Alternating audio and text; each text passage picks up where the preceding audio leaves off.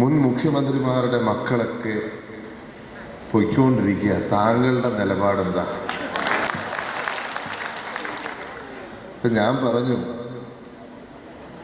മുൻ മുഖ്യമന്ത്രിമാരുടെ പ്രവർത്തിച്ച ഒരു മകനോ മകളോ ഈ പ്രസ്ഥാനം വിട്ടു പോയിട്ടില്ല എന്നുള്ളതാണ്. ഈ പ്രസ്ഥാനത്ത് UDF-നും കോൺഗ്രസിനും വേണ്ടി പ്രവർത്തിച്ച, ഈ നാടിൻ്റെ ഐക്യത്തിന് വേണ്ടി നിലകൊള്ളുന്ന ഒരു വ്യക്തി പോലും കോൺഗ്രസ് വിട്ടോ അല്ലെങ്കിൽ UDF വിട്ടോ പോയിട്ടോ നില യാഥാർത്ഥ്യം. കോൺഗ്രസിൻ്റെ ഒരു പ്രവർത്തകൻ പോലും പ്രവർത്തിച്ച ആരും പോയിട്ടില്ല.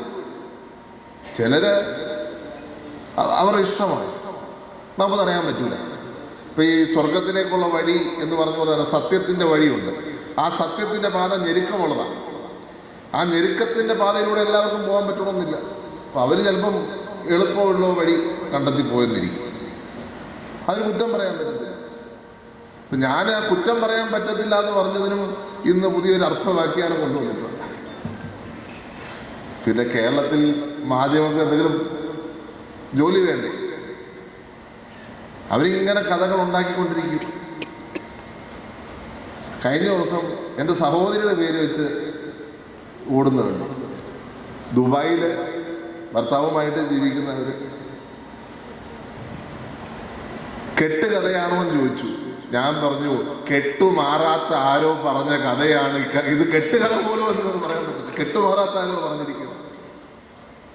ഇങ്ങനെ കഥകളുണ്ടാക്കി അവമാനിക്കുക.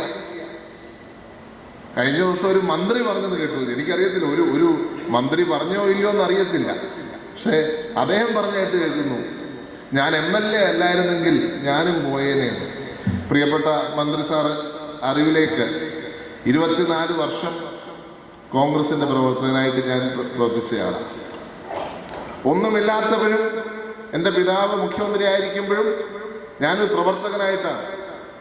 എന്നെ സംബന്ധിച്ച് ഈ പ്രസ്ഥാനം എൻ്റെ ജീവനാണ്. ജീവൻ പോയാലും ഈ പ്രസ്ഥാനത്തെ കൈവിടത്തില്ല എന്ന് ഞാൻ പറയാൻ ആഗ്രഹിക്കുന്നു. വാർത്തകൾ നേരത്തെ അറിയാൻ ഫേസ്ബുക്ക് പേജ് ലൈക്ക് ചെയ്യൂ, ചാനൽ സബ്സ്ക്രൈബ് ചെയ്യൂ.